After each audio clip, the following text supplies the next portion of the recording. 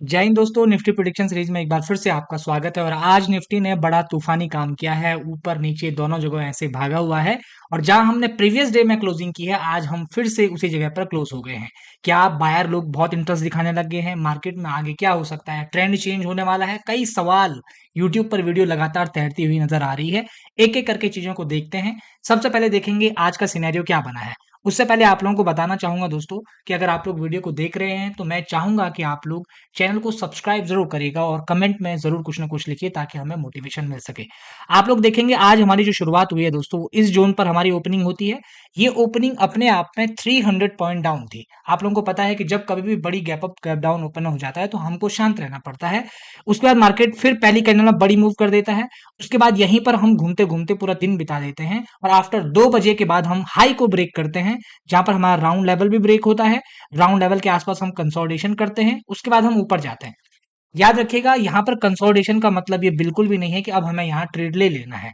ये तो बिल्कुल ऑब्वियस सी बात है कि जहां पर भी साइकोलॉजिकल सपोर्ट और रेजिस्टेंस होगा वहां पर मार्केट रुकेगा जरूर। लेकिन वहां पर आपको जाना नहीं है। अगर आप बिगनर आदमी हैं और अगर आपके पास प्रॉफिट का पैसा नहीं है तो आपको वहां पर हमेशा ट्रेड करने से बचना है। इस बात को आप लोग हमेशा याद रखिएगा। अब उसके बाद आज हमें जो क्लोजिंग मिली है दोस्तों, वो क्लोजिंग हमें मिली है 22,700 के आसपास की। आसपास नहीं, 22,700 की क्लोजिंग मिली है। अब हमको ये देखना है कि ये चार्ट दिख कैसे रहा है। आप लोगों को एक बात और पता होगी कि आज इस तरीके की मोमेंटम आने के पीछे एक बात ये भी जरूरी है कि इंडिकेटिव डे, क्योंकि कल हमारी इंडियन मार्केट में गुड फ्राइडे का ऑफ रहेगा। तो ये एक इंडिकेटिव डे की तरह काम भी किया है मार्केट ने, कि एक इंडिकेशन दिया है कि भाई 2 दिन में क्या क्या अपडेट हो सकता है। मुझे ऐसा लगता है कि मार्केट ने एक प्रिडिक्शन लगाई है कि भाई हर सैटरडे संडे, और पिछले लगातार युद्ध काफी खिंच चुका है। ट्रंप साहब अब अंदर से अंदर खबर भी आ रही है कि भाई एग्जिट प्लान तैयार हो रहा है।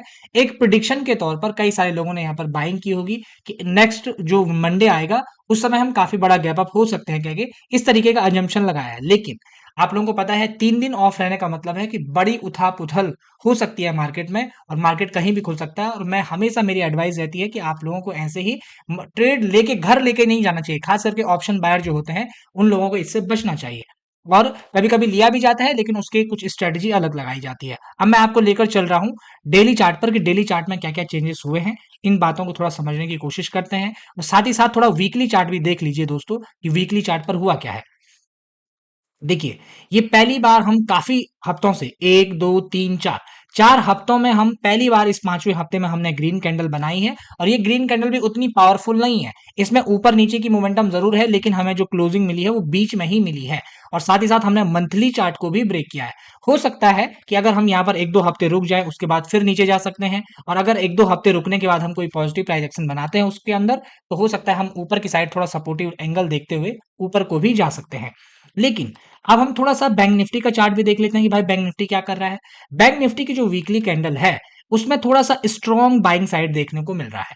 बिग वीक बैंक निफ्टी की जो वीकली कैंडल है वो आप लोगों को नजर आ रही होगी कि नीचे, काफी नीचे 50,000 का लो लगाते हुए हम ऊपर गए हैं। और करीब करीब 51,000 के आसपास हम लोगों ने क्या किया है, 1500 पॉइंट, यानी कि लो से 1500 पॉइंट ऊपर जाकर हमने क्लोज किया है। यानी कि बैंक निफ्टी में थोड़ा सा कैंडल, जो हमें कैंडल का स्ट्रक्चर दिख रहा है उसमें बायर लोगों के आते हुए या नीचे से ऊपर की तरफ को जो ताकत लगती हुई नजर आ रही है।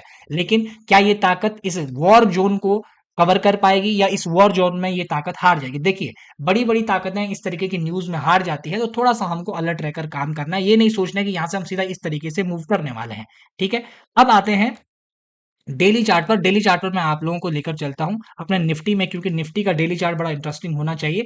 लेकिन आप लोगों को पता है कि हमने एक नया लो आज लगाया है। देखिए, अगर हम प्रीवियस लो को बचाते हुए चलते तो हमारी आधा से ज्यादा मेहनत क्या हो जाती, काम कर जाती। लेकिन हमने क्या किया दोस्तों, आज एक नया लो बनाया है। यानी कि अब अगर कोई प्राइजेक्शन बनाना होगा तो हम मार्केट को इस लो का काम करना पड़ेगा। अब ये लो सारे खत्म हो गए दोस्तों।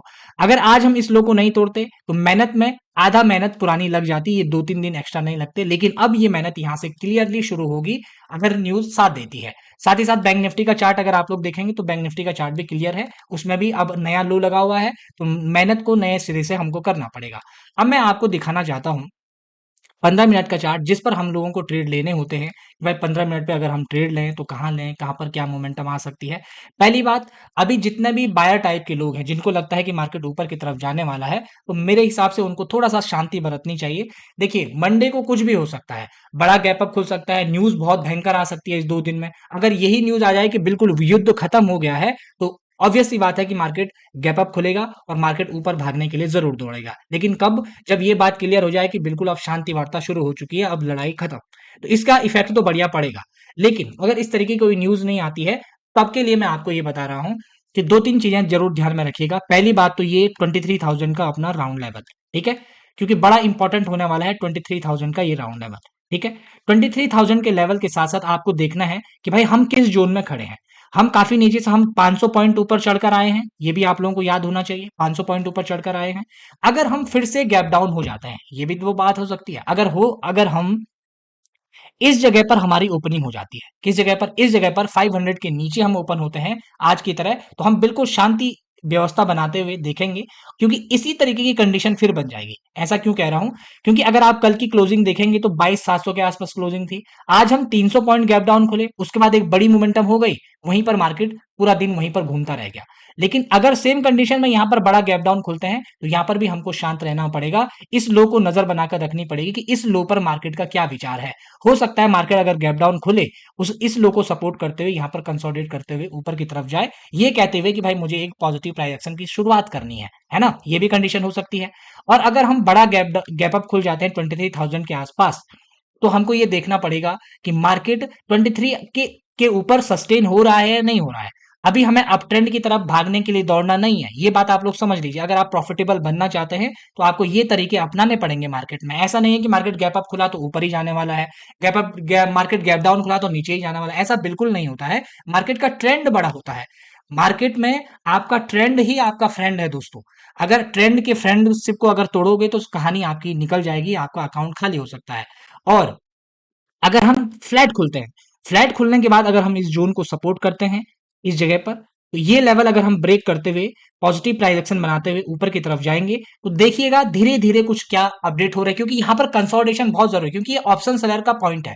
ऑप्शन सेलर यहाँ पर बढ़िया पैसा बना सकता है। अगर मार्केट पॉजिटिव प्राइस एक्शन में बनाएगा, तो वो भी उसी के फायदे में जाएगा।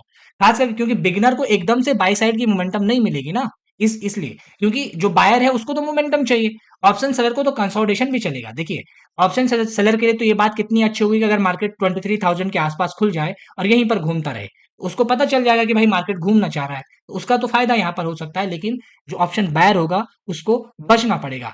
तो मैं उम्मीद कर रहा हूँ कि आपको ये एनालिसिस अच्छी लगी होगी। ऐसी एनालिसिस के लिए द इनसाइडर व्यू को सब्सक्राइब जरूर करेगा। धन्यवाद।